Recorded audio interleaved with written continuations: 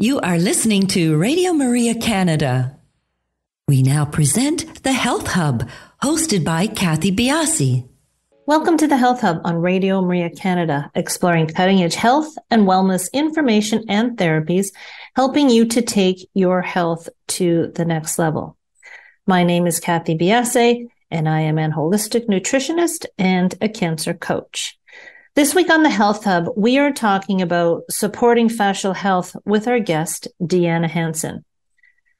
Fascial adhesions create immobility, lack of flow, inflammation, and toxic buildup. And all of these things block our path to healing. Deanna is a best-selling author and pioneer in the field of fascia decompression for physical and emotional transformation. With more than 20 years of hands-on clinical experience, Deanna created block therapy, a unique at-home fascia-release protocol to relieve chronic pain and disease, encourage healthy detoxification, and reverse the aging process. We talk about how decompressing fascia can be the missing link to healing, what block therapy is, and why we need to be pain seekers while we are doing block therapy. Please stay tuned. We'll be back in just a few minutes to speak with Deanna. You are listening to Radio Maria Canada. We now continue with the program, The Health Hub, hosted by Kathy Biasi. Welcome back, everybody. Today's show has been recorded. No opportunity for calling in. We would love for you to follow us on our social sites. We are on Instagram, Twitter, and Facebook, and we are at the Health Hub RMC on all those locations. Deanna, welcome to the show. Thank you so much, Kathy. It's such a pleasure to be here. You know, we've had shows about fascia, and I think this is such a logical step to the understanding of what it is. Now, I'm sure that everybody listening now may not have listened to that show. So I think a great place before we get into your story, which, you know, really delves into the fascia and its manipulation and so forth. First, give us the 101 on what fascia is, just to refresh us. So there's a lot of different understandings actually about the fascia system. I have a fairly unique view of it. The way that I see it, it's literally the skin of every cell. Just like we have a skin covering our entire body, every single cell is interconnected to each other through the fascia system. So the fascia provides both stability, mobility, and it's also the amazing communication system between all cells in the entire body. Okay, so that is a different idea, understanding of what we've been taught before. It's a deeper understanding. So cell communication, this is kind of new for me too. I didn't realize that it was involved in cell communication. We know the bilipid layer for the cell and how to nourish that, but does that take the place of the actual cell surface communication, or are they communicating together? They're communicating together. And it's the way that I understand it, it's literally the cell membrane of every cell interconnected to each other through this wonderful fascia system. I actually did a discussion with Gil Headley. Back in about 2007, I first saw the Fuzz speech where he uses cadavers and he dissects them to really understand the layers of fascia. So about 10 months ago, I did a video with Gil. And what's fascinating is he has dived into this system over the last 15 years on a deeper level. And he started talking about a whole new level of fascia that he's started to understand. And he terms it the perifascia. And as soon as he started discussing that, I said, that's what we're addressing with the technique that I'm working in. And literally he saw it in a very similar way. Okay, so you give us little tidbits of this technique. We have an understanding now of a little bit of the fascia system. How did you get involved with this? What drove you to this area? Back 20 years ago, I was going through some major changes in my life, and I started having some really severe anxiety attacks. This one anxiety attack in particular was the seed of everything to come. In the moment, I actually didn't think I was going to live. I was so frozen in my state of panic. For some reason, I intuitively dove my hand into my abdomen. In that moment, I let out a gasp of pain connected to my breath, and knew I was going to live another day because I actually found my breath. But what was fascinating was I started to recognize that my abdomen was marbled with what felt like scar tissue. Having been an athletic therapist already for years up to that point and always focusing on deep tissue work, I was very aware of what scar tissue felt like under my fingertips. But now I'm feeling it marbled in my abdomen, and I hadn't had any injury or surgery. So suddenly I had this huge awakening that, okay, now I understand, well, I'm coming back from a 5-mile run, dripping wet with sweat. My belly would still feel cold. There was no blood or energy getting to this tissue. So for about, 30, 45 minutes that first evening, I started exploring just intuitively in this tissue. And the first thing that it did was it made me very calm. It was very grounding. The next night I came home and I continued to explore in this tissue. And when I stood up, I felt different. I felt taller. And I went and I looked at myself in the mirror, and my belly was flatter than it had looked in years. As an athletic therapist, I was always focused on trying to get my body to be fit. I would do all the exercise, the running, the Taebo, the weights, everything that I was trained as an athletic therapist to do, even dieting. And the harder I worked, the bigger I became. Very, very frustrating. It was like the rules of weight loss didn't apply to me. Now, within 2 days of simply intuitively working through this tissue, my belly was flatter. So this became my new focus. And then every night I would come home from work and I would continue to explore. Within 2 weeks, my low back pain was gone, and I started having all these amazing shifts and changes in my body. I started approaching my patients from that same perspective. And that was 23 years ago. And this whole journey has evolved from that moment, learning how to unzip the seams of time by melting through these adhesions in the layers of fascia. Now, it took a while to truly understand what I was doing, but through this time, through the learning about the body, diving in deeper into my own self, I really understood that how we age is based on the Fibonacci sequence. So this sequencing of numbers is truly the architecture for everything formed in nature. The spiral galaxies, the Nautilus seashells, the way our bodies develop, as well as the way our bodies age. Energy moves in waves and spirals. There's no straight lines in nature. So as I started recognizing what my hands were intuitively doing in the tissue, I realized I was following the same path, because that's ultimately how our body winds down over time. So as I started unzipping the seams of time, I was recognizing that as these adhesions were melting, cells were starting to become rejuvenated. So that was the basis of my whole understanding and what I've truly built this whole work, which I term fascia decompression on. Over time, gravity compresses us. We become shorter and wider. We lose the internal space over time. There's a space-time continuum. So basically, as we go through time and we get older, we become shorter and wider. This work puts the space back into the tissue that time has taken away, so that we can bring those cells back into alignment, back into integration, and bring them back to life. Holy, I have like a million things that I've ticked off, written down, trying to scribble. Like, you have, in my mind, completely given an alternative explanation for hormonal weight gain. You have perhaps brought up that it's not scar tissue, it's the fascia that we should be looking at. Like, where do you you started with your abdomen? Is that like the central starting point, or do you hit, I have a pain there and that's where I'm going to start? In every single class that we do, and when I'm teaching other body workers, we always start in the abdomen, because there's 3 pillars to this work. The first pillar is the creating space that we've lost through time. The second pillar is inflating that space with proper diaphragmatic breathing. So as we collapse over time, what's happening is the diaphragm muscle is the foundation of the rib cage. If we're not conscious breathers, this muscle becomes weak. And then ultimately the weight of the rib cage and everything above causes a collapsing into the abdomen. So as we collapse into the belly, everything extends outward.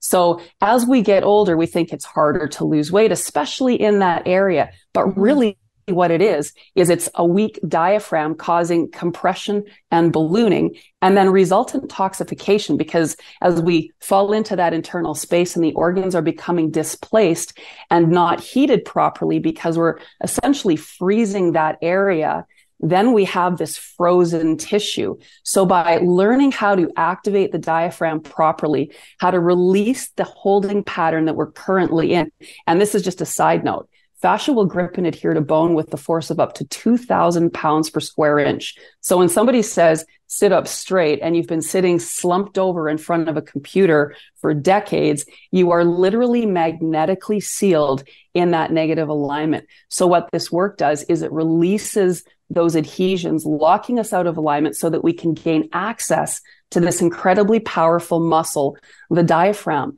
And when it's working properly, it moves up and down in the core of the body like a pump, creating an internal massage for the organs. The challenge is pain, fear, and stress cause us to reactively hold the breath. And this world is pretty much stressful 24/7. So most people have resorted to the secondary muscles, which are the muscles of the upper chest. Now, the issue with that is when we're not breathing from the belly using the diaphragm, we're not pulling the air deeply enough into the lungs to reach where the majority of the oxygen receptor sites reside, which is at the base. So when we do, we can feed the body up to 6 times the amount of oxygen, not because we're pulling in 6 times the amount of air into the lungs, but because we're drawing it deeply enough into the lungs to reach all of those alveoli for optimal absorption. Also in 2014, they did a study proving that 84% of weight loss comes through proper exhalation because of the detoxifying effects when we are breathing correctly. So the second pillar of block therapy is teaching people proper diaphragmatic breathing. And there's a multitude of reasons why this, in my opinion, is one of the most important muscles that we should be working with through the body. Do you know how many lights must be going on in everybody's head right now? People saying, thank you. I was told it's my hormones. I can't take care of that. You're giving me a reason to go to try this block therapy for so many multitudes of health issues. It's fascinating. And as you're talking, I'm going over all the shows that I've had in these different areas, and you're bringing them all together into one space. I had one guest on who said the diaphragm is something that nobody really studies. It's not a cardiovascular thing. It's not a neuro thing. It's kind of not anywhere in medicine. And now you're bringing this to the forefront again. This healing, because of just the little bits you've sprinkled right now, is a full body holistic healing, isn't it?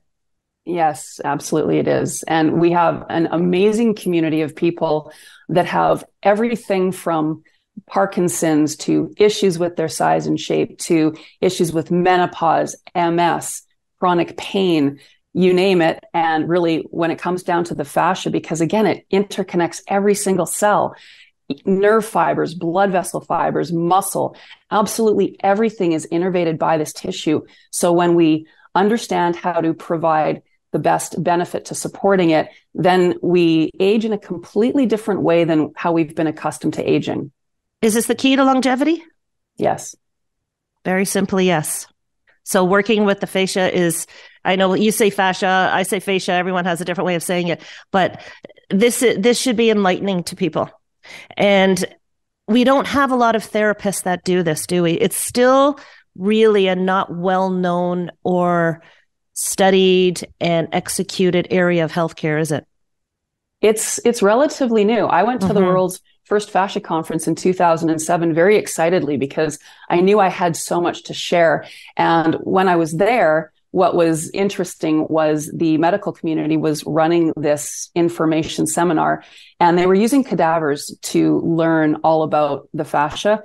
And my analogy is it's like taking a leaf damaged in a tornado and dissecting the leaf to try to understand what happens. Fascia in a living body is very different because fascia basically is the response to life's forces. So, when you're a kid and somebody says to you, if you keep making that face, it's actually going to stay. There's kind of truth to that. You can see in people's expression, some people look angry all the time. They might not actually be angry in that moment, but if the frown is the constant expression, that becomes eventually how your face is showing the world. Similarly, if you're always slumped, if you're always leaning over to one side, these fascia patterns build up over time. So this is something that we need to understand where Let's say for me, for example, I was a provincial volleyball player when I was a teenager. So every single time I raised my right hand over my head to spike that ball and rotate to the left, that created a lot of long-term problems for me because I created asymmetry in my body from that continual overwork. So what we do all the time matters because that's what ultimately our posture, our entire health will become as we go through time. So to understand that and create some simple shifts in how we use our body, the third pillar being understanding proper postural foundations. The goal is that we want to support every single cell in its correct alignment. When we let gravity and unconscious posture and unconscious breathing basically lead the way that we age, we are allowing the cells to be pulled away from where they're naturally supposed to be resting. Eventually, they give you a little shot of pain because they're saying, hey, mom or dad, you're asking me to do a really important job for you, but you're not really paying attention to me. And I'm starting to get squished and I'm getting pulled away from the life force. So then if you don't pay attention or you mask the pain or posturally avoid it, eventually it's going to scream a little louder. Eventually, though, it gets pulled so far away that it's shut off. And that's when I feel that really serious problems can happen because now we have an area blocked from flow. So the environment becomes congested and acidic. So this work undoes those patterns and it teaches you how to pull those cells back to integrate so that they can perform for you for your whole life. This idea of neurological pathways has come up a lot recently, and I can see how they are connected to the functioning of the fascia. Is that correct? Absolutely. Yes. Everything is connected. Yeah. Everything. So redoing these pathways, re-educating it's not just the manipulation of it, is it? It's actually training in movement, rethinking the thought process of how you go through movement. And I guess, and then allowing your body to be able to do that. There are a lot of things that have to be put into place to get the optimum results of what you're doing. It's very simple. And we make it simple because really, I don't see that there's disease. I don't see that there's issues. I see that there's cells blocked from flow. And when we know how to release the blocks, feed those cells proper blood and oxygen and pull those cells back to their home, then again, we have a very different trajectory of how we view aging, disease, and even how we perceive life. Because, for example, trauma, if we had a trauma 30, 40, 50 years ago, whenever it was, even yesterday, pain, fear, and stress cause us to reactively hold the breath. If you see a deer, for example, that escapes an attack, they shake afterward. They shake out that negative energy and then they resume their life.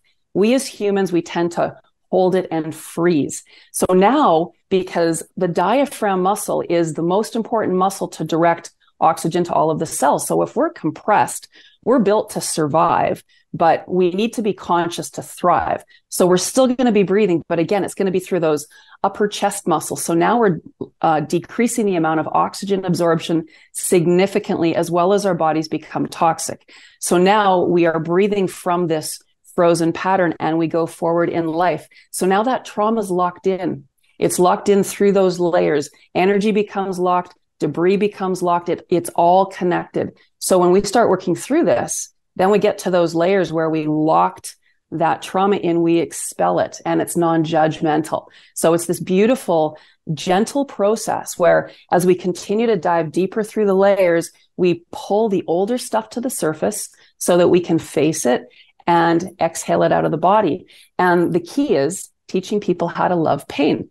Pain is simply the cell saying, hey, mom or dad, please pay attention to me. So it's like the baby crying. We wouldn't ignore the baby crying, but we've been trained to ignore that pain signal. And we get caught in a pain fear cycle. So when we don't understand pain, we hold our breath, which makes us even more afraid because now our body is struggling and suffering and we're in stress mode, which makes us feel more pain. And this is the cycle we get caught in. When we understand how to move into the pain on purpose, we take the fear out. Because pain is playing hide and seek in the body. And when we become the pain seeker and we address it and recognize that the pressure fibers are larger than the pain fibers, so very quickly it feels like a good pain. And then you end up with all of these incredible positive side effects like improved range of motion, better sleep, your body's aligned better. So now you're happier with the way that you look, your size and your shape. Chronic pain of decades is becoming eliminated because you're feeding those cells. It changes everything. So now, I mean, our community, we're pain seekers and we love it. Your pain, is the therapy painful? The therapy is, you're the one administering it. So you're the one that's in control. So we teach you, your breath is your guide. As long as you're breathing in a relaxed way, you're feeding and healing your body. And because that diaphragmatic breathing connects you to the parasympathetic nervous system, it becomes this beautiful meditation. So it's incredibly relaxing. So people choose the level of pain that they're comfortable with. And that's different for everybody, but we put the power in your hands. And you can do this work lying on the floor. You can do it on a bed. You can do it in a chair. So it's very restorative, and persuasion versus force. That's the key. We never want to force the body. Me, when I was younger and I'm trying to lose weight and I'm trying to change things, I was forcing my body, and basically it just kept getting harder and bigger and more congested. When we learn how to allow the body to let go, and we start to understand how powerful that breath is, then again, it becomes this beautiful self-discovery. And it was Greg Braden who wrote in one of his books that on the surface membrane of every single cell, the message God lies within is actually encoded in our cells. So as we start diving through these adhesions and we connect to cells deeper than what we're consciously aware of, we get all of these creative inspirations, because that's what we're here to do. We're here to create and provide a better opportunity for the world because we existed in it. So when we really tap into our body and we understand this, it changes everything about how you even perceive life. This is one of these shows that, everything is just sort of coming into place with so many things that are out there, and it just makes so much sense. We're going to take a quick break, and then I really want to delve into what block therapy is, talk about your book, because it's great. So everyone will be back in just a couple of minutes. You are listening to The Health Hub here on Radio Maria Canada, a Catholic voice wherever you are. To contact us and be a part of the show, email thh@radiomaria.ca. We now continue with the program. Here once again is your host, Kathy Biasi. Welcome back. We are here with Deanna Hansen. I was telling her offset here, whatever you want to call it, in our break, that so many things just seem to be falling into place with the knowledge that I have of all other things. And I just find this whole conversation completely engaging. When we're talking about block therapy, your therapy that you can certainly discuss more in depth this half, is this a targeted therapy? I know we talked about you starting at the abdomen, but say someone has back pain. Are you targeting the back at this point, or is that not really the essence of what we're doing here? That's a great question, Kathy, because what we teach people is there's cause sites to the pain. And so if typically people will go in for a treatment and get their back worked on. But when I look at bodies, I'm looking at the full body to understand the fascia and where the holding pattern most strongly is. And what I've learned over the years, the calves and the feet and the forearms and the hands, they're the furthest from the diaphragm. They're the furthest from the engine. And what ultimately happens when we don't have proper blood and oxygen flow is the tissue becomes colder. And the more frozen it becomes, the more adhesions there are, the more locked we are into the bone and in our negative alignment. So when I'm looking at somebody with low back issues, I'm always looking at what's happening in the calves and the feet, first of all. So if you go for that treatment to your low back and you get some improved oxygen and blood flow in the moment, as soon as you start walking, the fascia pattern that is existing in the limbs is going to pull you right back into that negative pattern. And we get pulled into a forward twist. We age in a forward rotational direction. So when I'm looking at the feet, you can see one foot's going to be the driver, essentially like a flat tire pulling the body out of alignment. The other leg is going to act like an anchor because the body's designed to stay upright. So imagine you're walking a really big dog and you're holding the leash and the dog is well trained. So it's walking beside you and you don't have any tugging on the body. Now imagine you have a dog that's out of control. You're hanging onto the leash, and every time that it whips you, you're having to counterbalance your body from falling over. So it's the opposite side that's doing all the work to stop you from falling. So this is really what's important to look at, because this is what's happening to those calves and feet that's impacting everything up the chain. So we look at the full body and we create programs specific to what's needed for different areas of the body. So we never just go and target what hurts. We want to address the cause sites most importantly. When someone has had, years maybe of injury, they've had, an injury, say a broken leg, or a surgery that has happened years ago. I can understand where the imbalance comes from, but can we get back to 100% if there has been an injury? If there's been an injury, yes, I completely agree that yes, we can. Once there's been surgeries, that I see that as being a little bit different, because now the actual structure of the body has been manipulated through a surgery. I had a breast reduction when I was 24 years old. Wouldn't do it today, as what I know is different, but I was very happy that I did do it, because what happened from that was, after my breast reduction, I started running. And as the scars started to adhere to my rib cage, my breathing became more and more compromised. Initially, I would use an inhaler, and I would take one puff of the inhaler and I would be able to get through my run. As I continued to do this and those scars continued to become manipulating and increasing my issue with breathing, now I'm becoming addicted to my inhaler. I would actually take it with me on my run. So as I started this journey, those scars became something for me to really understand. I was able to release them from my ribs and change my entire alignment of my rib cage. So we have so much more control over what happens with scars than we understand. And whether it's scarring from injury or surgery, or adhesions being created over time from the fascia working to keep us upright from tipping over, they both are the same thing. They're both basically collagen. They don't have life in them. They don't have blood flow in them. So they act as stabilizers, but they also act as barriers to blood and oxygen flow to cells on the other side. So as we go in through these layers and we work with the tool and the breath and the movement, we literally are shearing away that dense, hard tissue, promoting blood and oxygen flow into that space so that, again, it can become rejuvenated. You talked about the fascia being on every cell. It's the communicating piece between cells.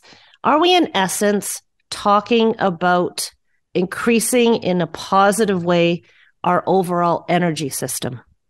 Oh, yes, absolutely. Because again, every single cell in the body, first and foremost, requires oxygen. The ATP in the body, the mitochondria, it's all fed. Oxygen's the fuel. So when we're breathing diaphragmatically, feeding the body 6 times the oxygen, now we can reach all of the cells in the body. If we're breathing through the muscles of the upper chest, we might be feeding the body 10 or 20% of its oxygen needs. And again, the body's built to survive. So it will feed the tissue that allows us to live. However, when we're breathing properly, we're feeding all of the cells so we can thrive. And again, every single cell is equally important when it comes down to the messages that it has for us to understand why we're here, what we're supposed to be doing with our time. So if we're only in survival mode, we're living a very limited existence compared to that which we could have. In your book, you have a bold statement, and I want you to, talk about this. Wherever disease has come, it's down to a lack of flow. Is this, in your opinion, contributory to every disease? Yes. Yes. Because again, cells that are properly fed and clean, they're happy. They're doing their job. They don't complain. It's when a cell becomes compromised from its needs that it now complains. The cells are basically just a little mini version of us in general. So imagine being stuck in an elevator and you're squished. Somebody has way too much perfume on. Someone else is yelling. Think of how your whole system feels. You're agitated. If you can't think right, like all of these things happen suddenly, like you're feeling the pains in your body and you just want to escape. That's what the cells feel like if they don't have that proper flow. And then more importantly, is they get pulled further and further away from that flow, now we don't have that ability to pull the toxins, the byproducts of functioning, the negative emotion and energy away to be released from that proper exhalation. So now that environment becomes acidic. And then it becomes ripe for other things taking over that tissue. So when we, again, can understand how to release those adhesions in that scar tissue and promote flow, then cells resume with their health. And it's interesting because people think that inflammation is the problem. Inflammation, in my view, is the gold, because the inflammation is the response to stress, to injury, to pain. The body knows what it needs to heal, but we have to assist that inflammation. If we don't, and we go through the typical ways of approaching inflammation, like icing, we're essentially slowing down the body's ability to heal. And then it becomes stagnant and chronic and acidic. And that's why people see inflammation as being negative, because it can be if it's left in that state. However, that's not the first thing that causes the problem. The first thing that causes the problem is the adhesion or the scar tissue, because that's what causes the body to inflame. It's saying, hey, you need more life. Or let's say we have an injury. Suddenly we have a breakage. The body's saying, hey, we need to fix you. So we're going to send all this additional blood flow filled with everything that that tissue needs to rebuild. The second law of thermodynamics is nature abhors a gradient. When there's a gap in the system, nature's going to fill it in. So if we do it properly, like let's say we have a tear in an ankle sprain, for example, something really common. So we have this sprain now. So we have a tear in the ligament. The body's going to send inflammation to fill it in. If we ice it, the body's still going to fill it in. But if we block flow for the first 48 to 72 hours, as we were trained, as I was trained back in my athletic therapy days, then we're not allowing that blood flow to go and do the rebuilding. So then it gets filled in with that scar tissue. And that scar tissue, again, it doesn't have elastability. It doesn't essentially have any life in it, and it becomes a barricade. And then that will alter our entire alignment. Think of baking a cake. If you put in flour, eggs, sugar, oil, you mix it up, you have batter. If you put batter in the freezer, you have frozen batter. If you put batter in the oven, you bake a cake. We need to assist the inflammation by adding energy, adding heat in the proper way so that the body can actually rebuild all the damage. And it's, as an athletic therapist, we were trained, okay, what area has been damaged? So of course, if you sprain an ankle and you tear a ligament, there's going to be damage to the ligament, but there's also going to be damage to all of the other cells in that area. The body knows what it needs to rebuild. We don't have to know all the specifics. The body knows. What we need to do is support the inflammatory process properly so that we can pull away the debris from the injury and feed the body what it needs to rebuild itself. And if we do that, it's very, very effective. We are dealing with fractures and we're healing them so fast. It's fascinating. I've got a couple of YouTube videos where I showed the process of that. And we took it down from being that 6-week process, and then you end up compromised on the other side, to it being a couple of weeks, and they're playing their sport. It's fascinating. This, again, to me, comes down to symptom management versus overall healing. And this idea of not icing and letting the body do its work, this has, again, it's in the last 6 months, I have heard this so many times. Icing was for pain. Pain was a symptom, and people wanted to be out of pain. And I think we've had many years of pain management, and this is an offshoot of it, the icing and so forth. The immune response, as you said, is it's an innate response. We don't want it to continually go. So the link that I see with disease, part of the link is that you are supporting the immune system when you are working properly with the body's systems. And then if you take it a step further, this is yet another tool that we can use for prevention. Does that make sense? Totally. Excellent. Let's get right down into, so you have a great book. It's really easy to digest. You could have called it, Block Therapy 101 for Dummies. It's really easy to read and to understand. Does it really work at home? Have people had a lot of success? I think people want to get more information about this from you. It absolutely does. And we have a private Facebook community, which I invite everyone to. We have almost 10,000 members, and this is a beautiful place because you can ask questions of the community and they will answer you. And we have people with anything and everything that they've worked through. Again, fibromyalgia, injury, like you name it, you can ask the questions, and use eye health, hair health, improving cognitive function, improving bone density. When we support the fascia, we support every single cell in the body. When we train proper diaphragmatic breathing, we become this amazing internal healer inside through that proper exhalation. We're moving all of the waste out of the body extremely efficiently. We're pulling in the most important nutrient for life, for health. So accessing this process is so simple, and that's how we do it. We ship the blocks all over the world, and you have the information delivered online. Is this a daily practice? Yes, it does become a daily practice. And for those that do it, they'll call themselves blockaholics. They're lifers because it's simple. You do it lying down. There's no skill required. Even if you only do 5 minutes a day, that first initial position that we teach you, how to connect to your proper diaphragmatic breath. It calms the abdomen. Deep in the belly, we have 70% of our lymphatic system. It activates that. It helps move the inflammation out of the body, and it helps train you to breathe properly. And that's really the key. We want to understand how to be conscious breathers lifelong. We were born with this beautiful muscle, and its primary function is to breathe. Again, though, pain, fear, and stress. Mm-hmm. That's why we've fallen away from this breath, as well as now because of the computer posture, that slumped forward alignment. I'm concerned for the youth. They grew up in a very different alignment than we did. They grew up hunched over on their phones, and this is impacting their ability to properly breathe.